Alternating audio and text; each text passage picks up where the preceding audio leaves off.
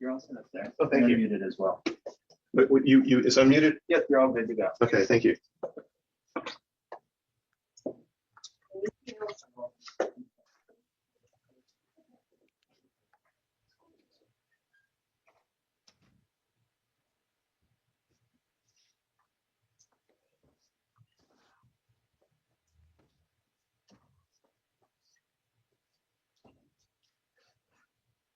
Can you hear me? Yes. I can hear you, Judge. Good.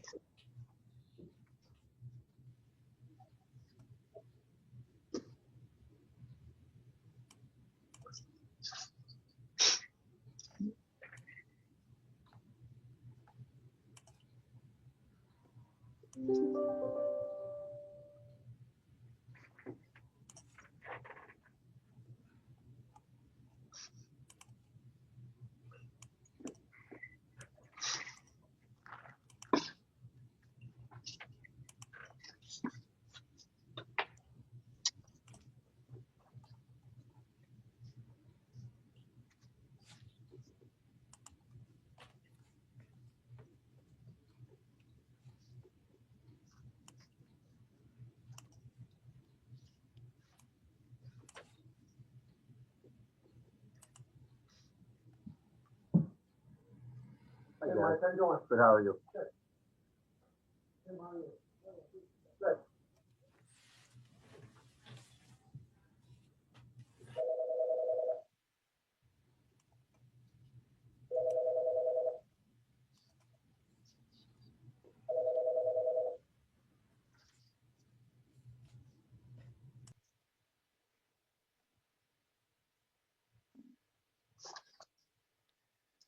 All right, being 1:30, we'll call the meeting to order with the Pledge of Allegiance. I pledge allegiance to the flag Hi, of the United States of America, States of America, and and to the republic for which it stands, one one nation, nation, under under God, God, indivisible, with liberty liberty. and justice for all. These proceedings are being recorded for the sole purpose of constituting the accuracy of written minutes. Tapes are reused, eliminating recorded records of these proceedings.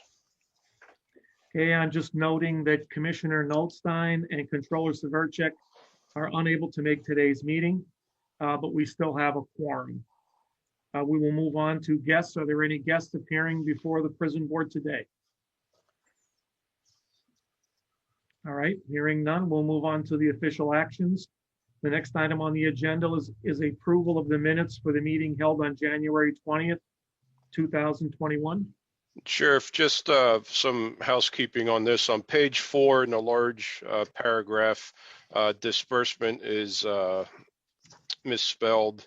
And on the last paragraph there, the third line, it says February 8th and would like to again. So I already talked to Jody and she changed those, corrected those mistakes. But that was the only thing I saw as far as any punctuation and the spelling. Okay, yeah, I just have one note, report on the warden's report, 76 in the second line. Should be a hyphenated word. Okay. Okay, so with those corrections, we're looking for approval of the minutes for the meeting held on January 20th, 2021. We need a motion. Second. I'll make a motion. Second, Chris. Okay. All in favor, signify by saying aye. Aye. Aye. Any opposed? No. Motion carries. Report of executive sessions held. There were none. Okay. And now we'll move on to the report of committees, and we'll begin with the maintenance report. Okay, Sites Brothers were in for their monthly service. Clean Air Systems were in to clean the kitchen exhaust fan. Mechanical Services came in to fix the main generator due to an auxiliary fault. Allstate was in to clean out the grease trap pit and the grinder pump pit.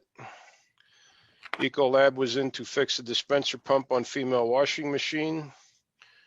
Train finished their preventative maintenance on the rooftop units, and Tremco was in to get information for their roof quote. And that's all I have under the maintenance report. Well, other than that, if you saw the next couple pages, I did do a spreadsheet on all of the different items we have up here that was requested from the board to get dates and on when things were installed.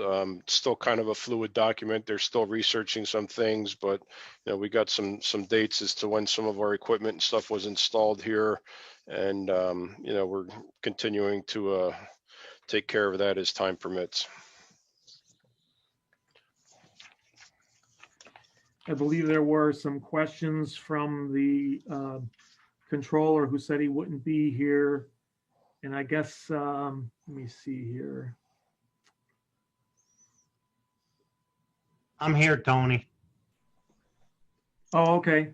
So the controller also said that he was looking to get some progress on getting the equipment inventory together.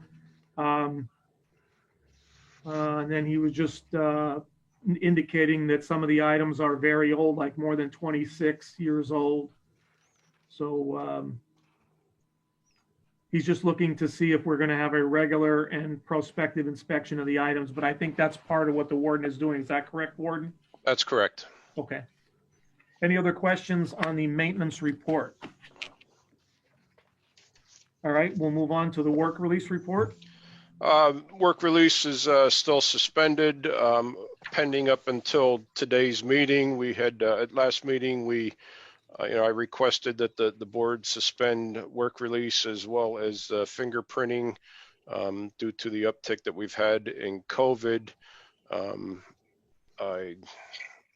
At this point now, we are pretty much clear up here with it. We have a few inmates who have come in recently that have tested positive, and they're being quarantined, but everybody that was positive has been cleared by the doctor for getting back into regular population and stuff now.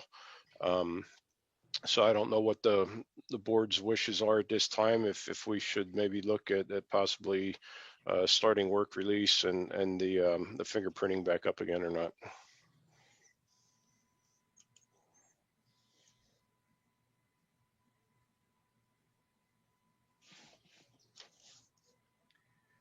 Warden, what does the work release directors, what's his opinion on this?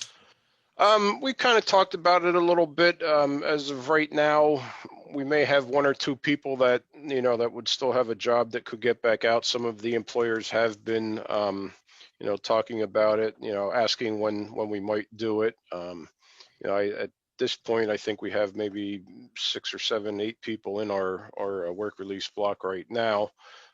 So, he says whatever way we want to go. I mean, I think we're comfortable with starting it back up if the board so chooses to. I don't think it would be really any more of a a concern other than when we get new individuals in here. We're dealing with that too on a daily basis. So it's something I would say, especially with the fingerprints too, with the fact that things are starting to back up a little bit with that maybe we give this another try and see how things go. Warden, is it still correct that the work release individuals will be segregated from the main population? Yes. Okay, so we don't have any concerns about infections should we resume work release? Correct. Okay. And is it your recommendation then that we proceed to reactivate fingerprinting and work release? Yes, I would say if we start that maybe this coming Monday, the 22nd, that way we can start fresh with a new week and get things rolling again. Okay. So is there any other comments from the rest of the board regarding the warden's recommendation? Okay, appears that there's no opposition, Warden. Okay. And then the other thing we had, and I don't know if Commissioner Lukasevich kind of wants to talk about this, being the chairman of the work release committee, but we, again, we're talking about the work release policy and some of the questions that Judge Nanovic had. And I kind of sent that email trail to everybody, for your perusal. And if anybody has any questions or concerns on this, we'll gladly try to answer them. Yeah. Tim, I just did a screen share. You should see the 5 inquiries that the judge originally brought up. Those should be shown on your screen. Am I correct? Correct. Yeah. So I think what has happened is on at least 3 of the 5, the committee has reached consensus on a recommendation. And I've kind of gone from easiest to hardest. The first one being the disqualifiers for work release, which was page 1, number 9, about adding burglary and possession. And the recommendation would be to add all burglary and possession charges as disqualifiers for the program. Correct. Right. So I just have a few questions. I made some notes on these. So the burglary, the reason for, do we know what the reason why burglary wasn't included before?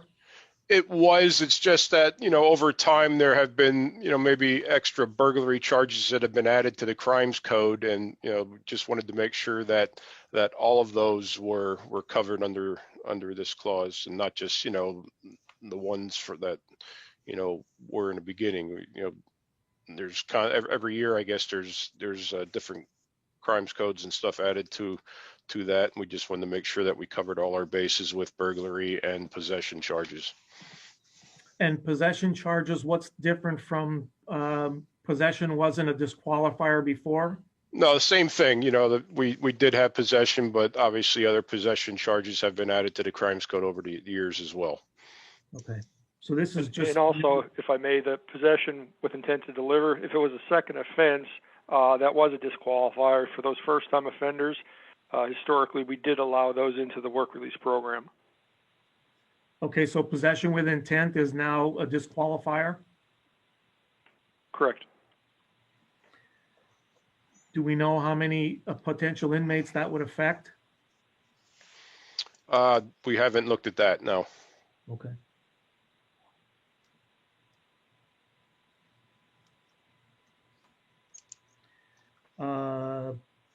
That's all I have on that first one.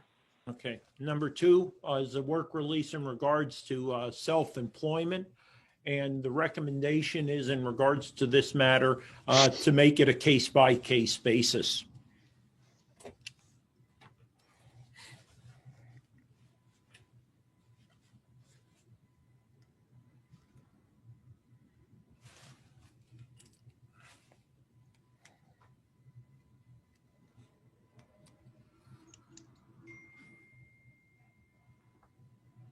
Is there any opposition to that? Any concerns with that being a case-by-case basis?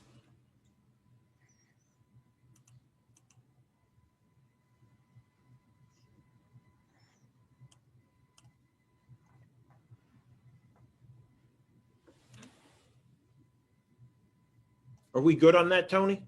I think so. Yeah. I didn't hear any. Okay.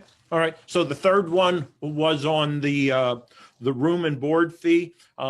That room and board has not been modified for over 2 decades. It was 20 per day, 140 per week. The recommendation would be to go ahead and increase that, adjust it for inflation. That would bring it up to approximately, or would be up to $30 a day and $210 per week. There was no concern that would be overly burdensome to any. Commissioner? Yeah. Just one item of note. I do have some offenders that are working minimum wage jobs. Okay. So in those instances, their pay wouldn't cover the room and board. So I would have to adjust that. So some discretion there in cases where someone, for example, is working for $8 an hour. They're probably going to bring home maybe $200 a week.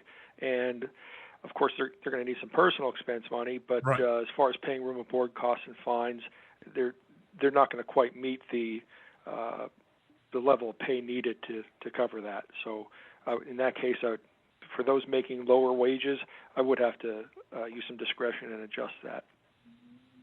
Well, then how do you want to include that? Because that wasn't in any of the responses. So how would you like to modify the recommendation to take into account those low wage earners who would not be able to meet that requirement?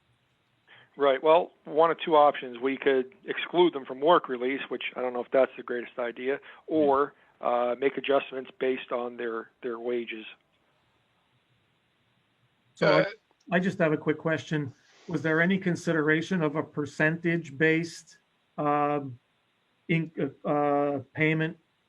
that would kind of qualify low wage earners from high wage earners? That could work. Yeah. Yeah, we could go back and re-look at that, starting as 20 as kind of the base and work up from there, figuring out what would be an appropriate percentage. Another thing we could do in instances like this is, we could still charge them the $30 a day. Maybe if it's a low wage earner, only take $20 to $25 a day to make sure that they have some money, whether they, need it for bills at home or, for personal expenses and things of that nature. And then just like we would anybody else that maybe would be sentenced but wouldn't be on work release, just hand them a bill after their incarceration to let them know what their balance is that they owe. That could work too, Ward. That definitely could be a possibility. At the same time, we are penalizing further high wage earners, and high wage earners could have skill sets, invested time, money, effort, to get up to $14 an hour. So there is something to be said for that also, Mm-hmm. Yeah, I was kind of thinking as we were talking here, and I was thinking, Commissioner, is maybe a cap. Yeah. A percentage to a cap. Yeah. And then this way you don't have that situation where you have a potential high wage earner paying a disproportionate amount. Yeah. If we're saying that, it's now going to be $30 a day, cap it at that, but have a percentage for anything that's less than that might be a kind of a way to go. All right. Then my recommendation would be we table this one. Let us go back and relook at that. Okay. Yeah.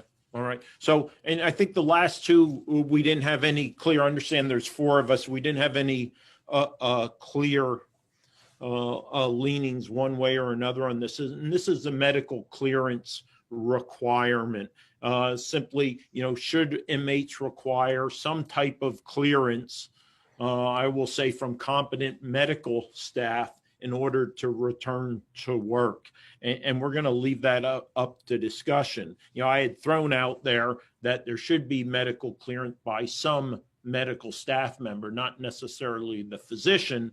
But I know Frank, would like a little bit more discretion for that individual who had the headache or cold, just to kind of send them back to work, not necessarily needing clearance. My counter position would be, I don't feel we're competent authorities to determine if it's just a headache or if it's something more than that. And therefore, so some level of medical clearance, even if it's from one of the other staff members, would seem appropriate.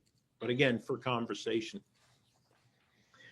Yeah, I had some questions about that because I was wondering how it was going to be administered. Like, how is the determination going to be made for an individual who reports that they're too ill to go to work? Yeah. Who's making that call? Right. And I was a little confused. I thought maybe that person was going to report to, a sick, and then have that person who's monitoring that, the nurse or whatever it is, say, I don't think this person should be going to work based on the reported illness, as opposed to them going back. So there's kind of two areas there that I was just unsure about. Mm-hmm. Frank, do you want to weigh in? Yeah, and initially my thoughts, but now hearing some arguments, initially I was thinking something to the effect of, let the inmate handle that through their employer. So if their employer is comfortable having them back with the work release program, sure, we'll you're telling me you're okay to work. If your employer doesn't require you a doctor's note, it was just the sniffles or a cold. However, on the flip side of that, the prison doctor, not knowing a lot of the medical history, they may not feel comfortable clearing someone for something as simple as a headache. To go to an extreme, somebody has a brain aneurysm and the doctor cleared them, that kind of thing. So, there is some gray area here where how far do we want to go with this? Should we leave it up to the employer, or if a person reports off sick for any illness, are we going to get involved with our medical department to at least have an examination? What is the current practice? Right now, if an inmate reports off, for example, for a day they're sick, if they're telling us, the administration, hey, I'm fine to work, we'll allow them to go to work.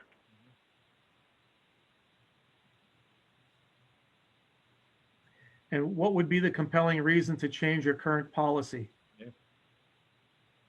I think Judge Nanovic originally, did question if someone does have a cold or something like that, is it necessary to get a medical clearance to have them go back to work? So to that question, I'm not sure how we want to respond to that. Well, in the past, it wasn't required, is what we just Correct. said, right? It was not. Correct. It was not. Yeah. So again, that's why I asked the question, is there a compelling reason to change our current policy?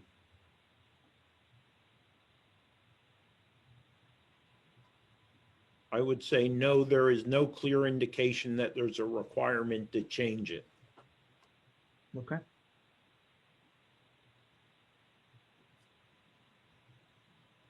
So is then the decision to go ahead and retain the existing policy in regards to medical clearance, which basically puts it up on both the work release participant and the work release program director or manager.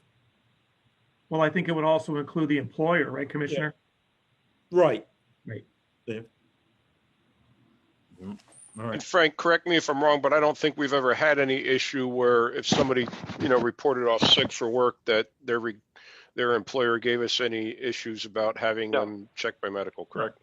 No. All right. No, there was never a situation like that. And with a work release individual, certainly they can go to their own doctor. Being on work release, that they can seek their family physician should they need a medical clearance to return to work. All right. All right, good. So on the last one, and conversation went back and forth and continues. So on the inmate having to serve 1/2 of their minimum before eligible. Frank, do you want to go ahead? Your comment, please.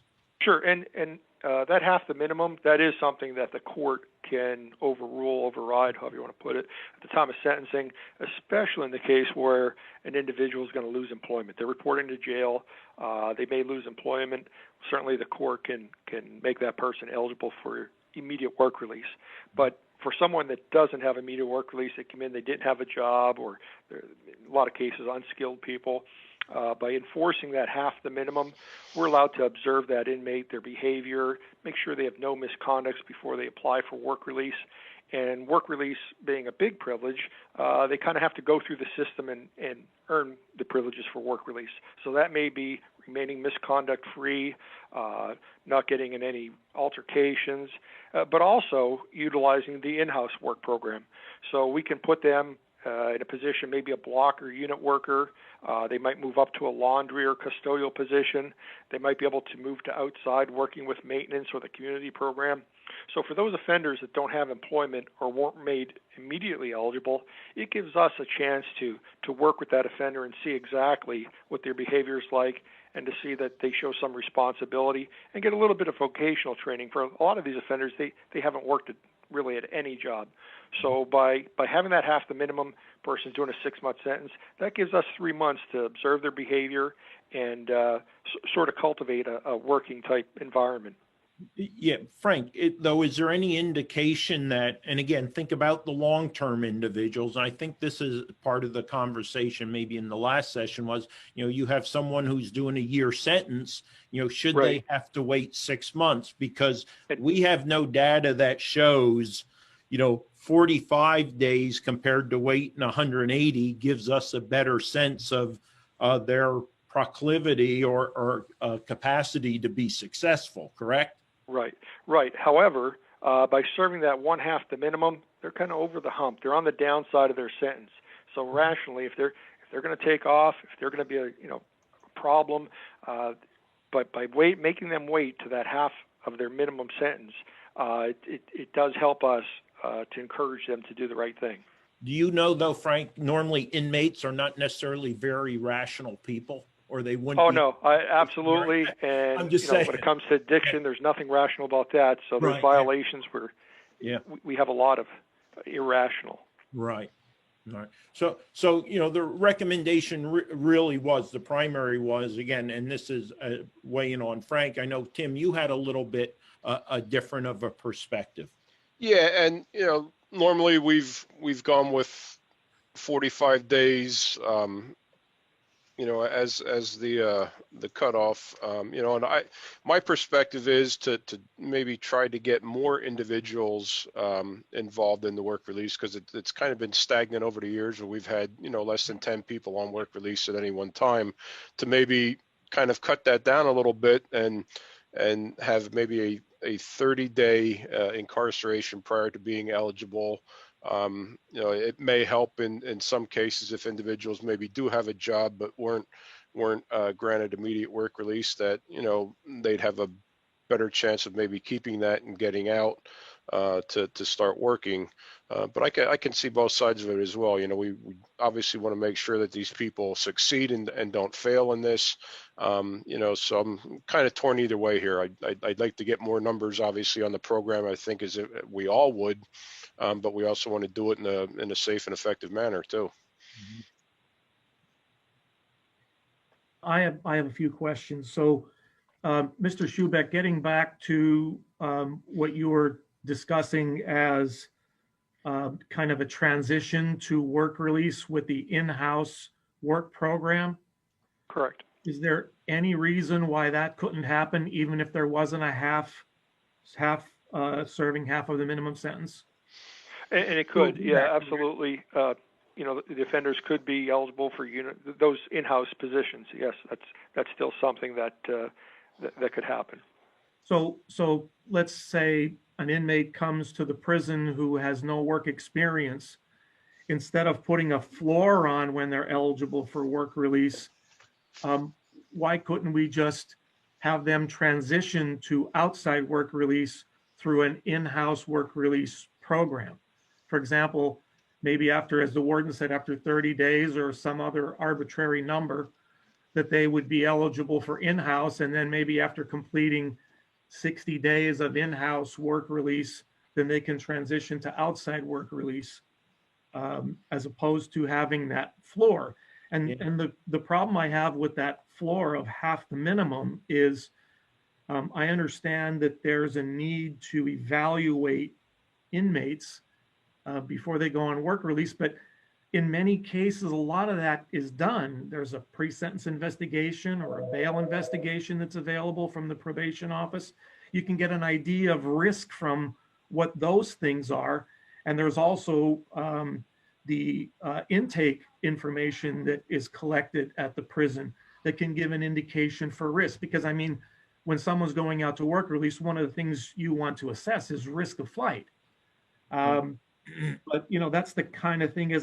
I'm just wondering, it almost seems to me like we should be making it more advantageous for people to go out and get work skills rather than holding them back. Because in my opinion, if you're having someone sit for half their minimum, what are they doing with that other than sitting there with other ineligible inmates?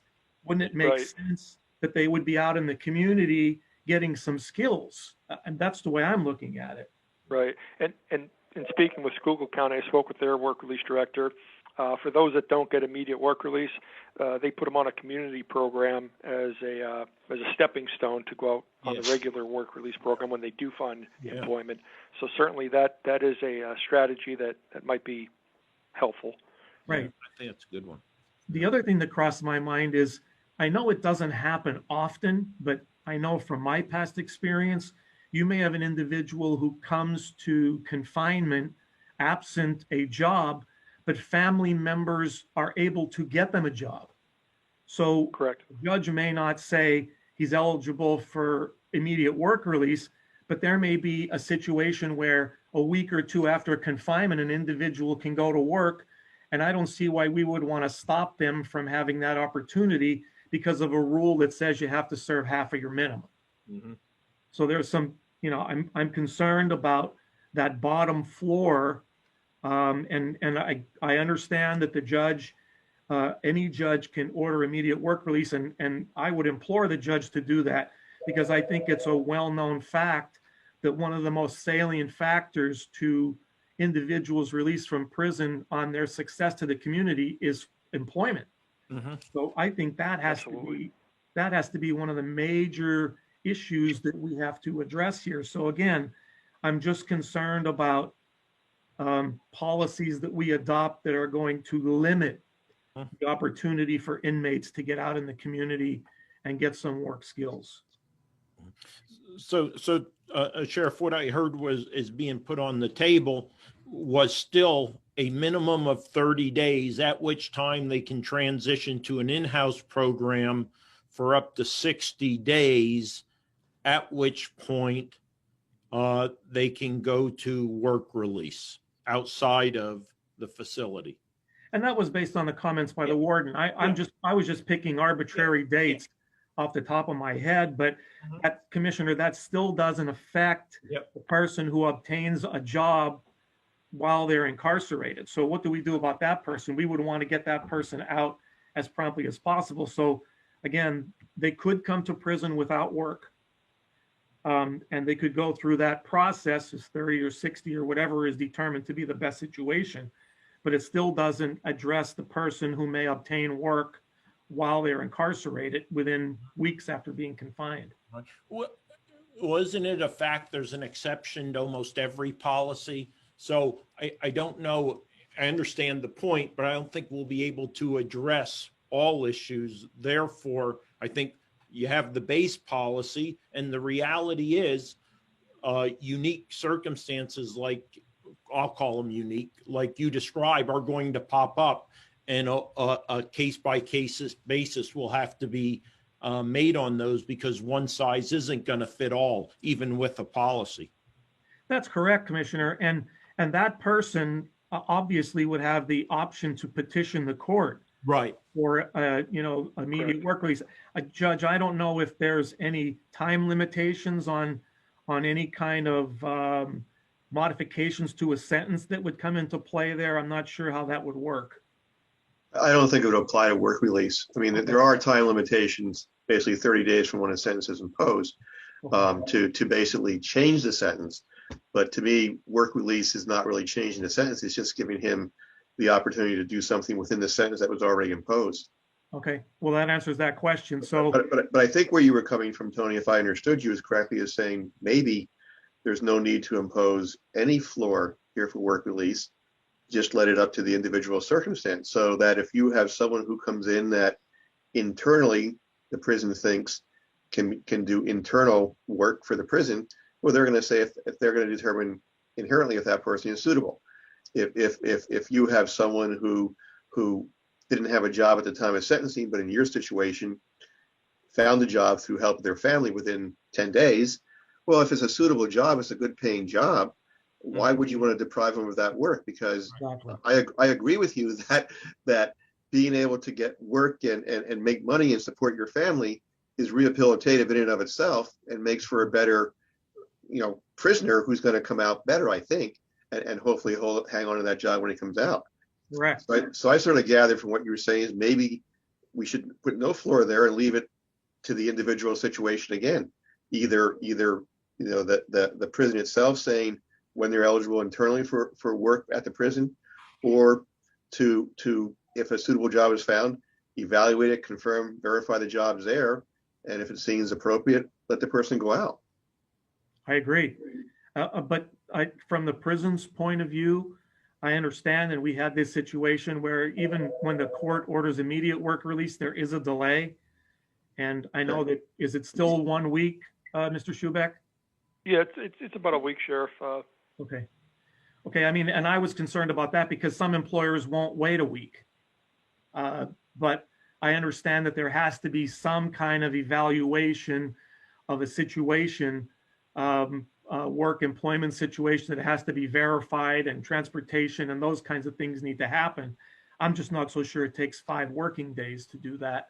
You know, again, I'm just rolling with what the warden has suggested, and you know, up there for discussion. But you know, in my opinion, I think that we should be doing everything possible to have inmates out working, you know, while still being able to verify the details of that. And again, you know, there are tools out there to use that: pre-sentence investigation reports, bail investigations, you know, prison intake. And I think that, you know, it's entirely possible to do this in a more rapid fashion. Again, and that's going to be gauged by the number of individuals on work release too. I mean, if you only have a few individuals on work release, you can knock these things out in a couple of hours.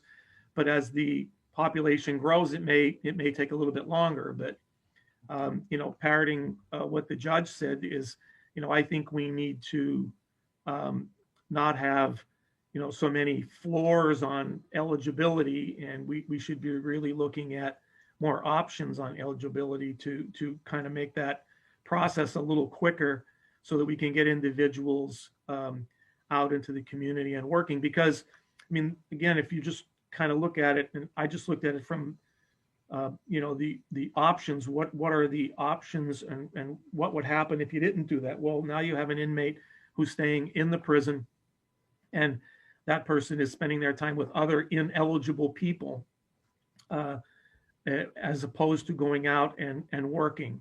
Number one. Number two is, now we have a person who's contributing to the prison, to their family, to their, you know, court costs and fines. They're being productive members of society, and they're getting themselves a work record. So I understand that in many cases, and I'm sure Mr. Schubeck will agree with me, is that inmates are on work release because of arrangements made with certain employers, and they want to do that for inmates who are confined because they have more control over reporting for work and so forth. But the benefit of even that period of time, if they're unable to keep that employment because they live outside the area, they're still building themselves a work record that they can use to get other employment. So, Okay, so then I'll recommend is we'll go ahead. We're going to relook. The work committee is going to, I'll send out an invite for the work release committee to get together virtually in 2 weeks. We're going to relook at eligibility and the room and board. Today, we've also agreed upon the disqualifiers. That's adding all burglary, possession, case-by-case basis for work release for self-employment, and the medical clearance will remain unchanged. That's all I have. One thing that, Commissioner, you just brought up another point here. Okay. Is there any opportunity for an inmate to appeal a disqualifier? Essentially, they could petition the court directly through their attorney, or do it themselves, and in that case, they could get eligible. If they're not eligible, they could become eligible by court order. Okay, that answers my question. Thank you. Yep. All right, anything further on the work release report? All right, we'll now move on to the warden's report. Warden? Okay, as of this morning, we had 166 inmates in-house. Of those, 34 female and 132 male.